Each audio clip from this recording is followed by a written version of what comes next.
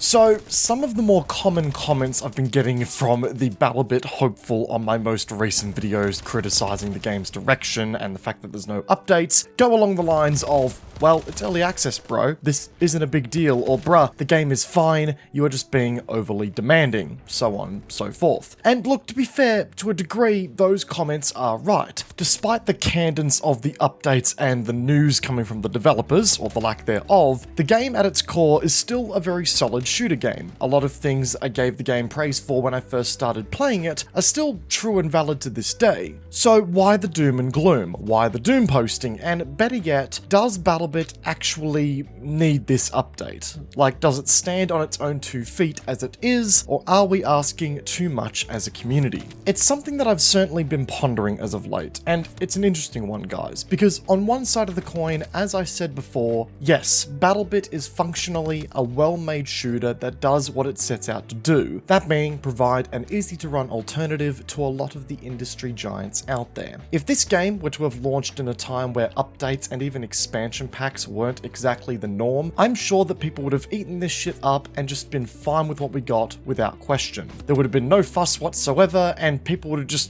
naturally gotten bored of it over time. Does that speak somewhat to the expectations of us gamers getting higher over the years? 100%.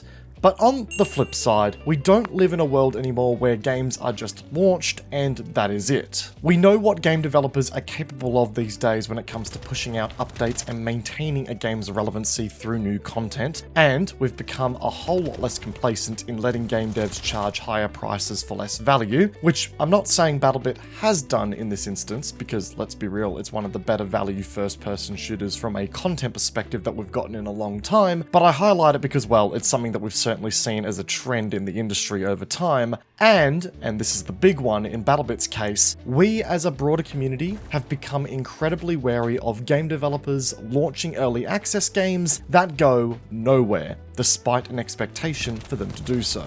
Early access as a concept, guys, is one that I think we can all agree is great in theory. A system that allows indie or smaller scale studios an opportunity to fund their project by letting players play it ahead of release, under the proviso that the game is of course going to get to the 1.0 stage at some point with some community backing. Indie game devs get to put out something that they otherwise wouldn't have the chance to do so in the first place, which means that we as gamers get to experience more cool games that we otherwise wouldn't. Everybody, in theory, wins. And to add on to that, I'm actually more than confident that BattleBit would never have launched without the possibilities amounted by the early access program on Steam. However, the early access tag, whether it be through Steam directly or as a concept used elsewhere per se, is one that is often hilariously misused today. A tag or state of play that is used to get half-baked titles out into the wild and cash in on excited players with really loose supporting roadmaps or deadlines to take the game forward with, sometimes not even getting a roadmap or a deadline in the first place. Gamers at the moment have been far more risk averse by comparison to what they were a few years ago. The patience and, truthfully, the trust that people have in game developers and the game industry more broadly at the moment is at an all-time low, just thanks to the amount of times that we have been burned as of late. And that applies from actors at all ends of the industry, even from early access games from indie studios that promise stellar projects in due time, only for it to grind to a total halt and feel like that it's, simply become abandonware that at times feels like they simply cashed in on community excitement a little bit too early. And you can really tell that that is where a lot of the community sentiment lands right now with BattleBit. Now, before we do go any further today, because I do see this coming up in the comment section down below, I acknowledge that the Steam store page's disclaimer on every early access game is that early access games may never actually improve, get updated, or even fully release. And that's to protect developers in the instance in which they can't actually continue a project, whether it be due to financial, logistical, or even physical, mental reasons, whatever the case may be. Projects do have to be cancelled at times. We know this, it's a sad day when it occurs, but it's the reality of the games business. It also places some of the onus back onto the purchaser and making it clear that you are taking a bit of a risk with every early access game out there. However, off the back of that, my hot take, I guess you could say, for this video is that out within the early access clause should not be viewed as an opportunity or a path of least resistance to cash in early with an easy off-ramp, and should only be utilized in dire straits. You see, folks, I'm actually of the opinion that any game released under the early access tag or the early access precedent on other platforms, whatever the case may be, at least as of late, should be held to a greater deal of scrutiny and an even greater burden of responsibility to communicate with their communities and players about the future of said game. You see it in practically every early access release, a long spiel about how the developers have a big plan to turn the game into something great, and that the release to early access allows them to collate feedback, fund the project, and take the community on the journey. BattleBit has this exact message on its store page to this day. So, the very presence of the early access tag on BattleBit in particular tells the community that the game is not finished, and that it is going to improve. I'm willing to bet my bottom dollar that most players out there who invest in early access games would not do so on the basis that the game in question was going to remain unfinished, sometimes a buggy mess, or just missing a whole bunch of content. No, they invest in the idea to see the game grow and eventually see a return on their purchase that gives them a stellar, fully fleshed out experience that they would not have had otherwise. That good faith should always be respected by the developers who release early access games with good faith actions in kind. And tying this all back to BattleBit here,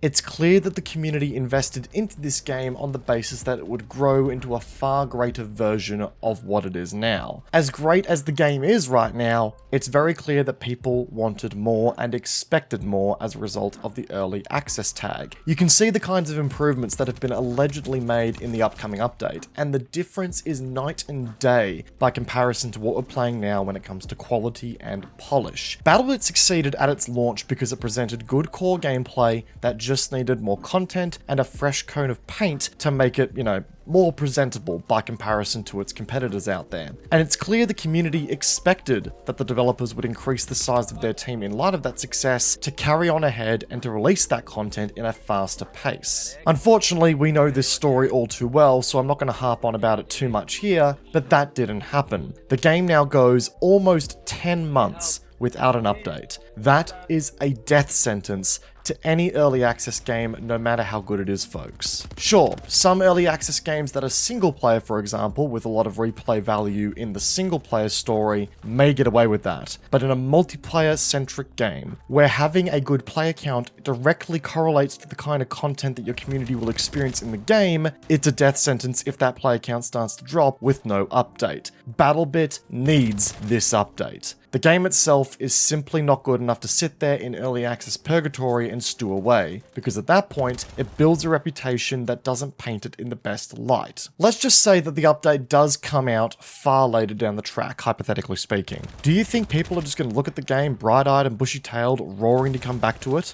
On a surface level, maybe, but deep down, players are going to recognize the game as an early access shooter that went dark for a very long time, and there'll always be a hint of reservation underpinning that if this delay on getting content of the game keeps lingering on, then people may not see a return on their investment. Another first-person shooter that seems to be stuck in early access purgatory or some form of it is World War III, a game that just refuses to die, don't know how it's still up to be honest, that launched a long time ago with very clearly a lot of good hype around it that clearly couldn't capture on it, and as a result, the game very much sits in a death spiral to this day. So yes, BattleBit is still functionally, technically sound, and is in my opinion one of the best FPS games to have launched in the last 5 years or so. In fairness, that bar has been dropping, but we're going to ignore that. It still doesn't excuse the fact that it's hard stuck without any new content or any communication whatsoever from the developers on what's actually going on. Especially noting that the dev casts have stopped as well, and any little tidbits of information we're now getting are coming from the community Discord's general message section, so it's not even coming up as announcements or anything like that yet. It's not good. The longer this wait stretches out, the longer this distrust and sentiment in the community will compound over time. And that is damage that can't always be undone by a good update. All we can now do is that hope that by releasing an update in the first place and having it stick the landing, you have a chance to at least start rebuilding some of that trust with the community who have fallen off. But anyway, folks, I did just want to have a bit of a powwow and sort of talk to some of those comments that I've been getting lately in my comment section. Yes, BattleBit needs this update. Realistically speaking, it needed it about 6 months ago. But that is now water under the bridge, and all we can do now is hope that the wait has been worth it. If you guys enjoyed today's discussion and today's video, be sure to backhand the like button, as it does go a long way to supporting the channel. And if you guys are new, consider subscribing. We're doing a lot of first-person shooter coverage here on the channel, and it'd be great to have you part of the community. Speaking of community, come join our Discord and our Twitch channel. Both are linked down below as well at the top of the description. It'd be great to have you guys there as well. Once again, folks, I hope you guys enjoyed today's video. Peace out, and I will see you guys all in the next one. Take care, guys. Have a good one.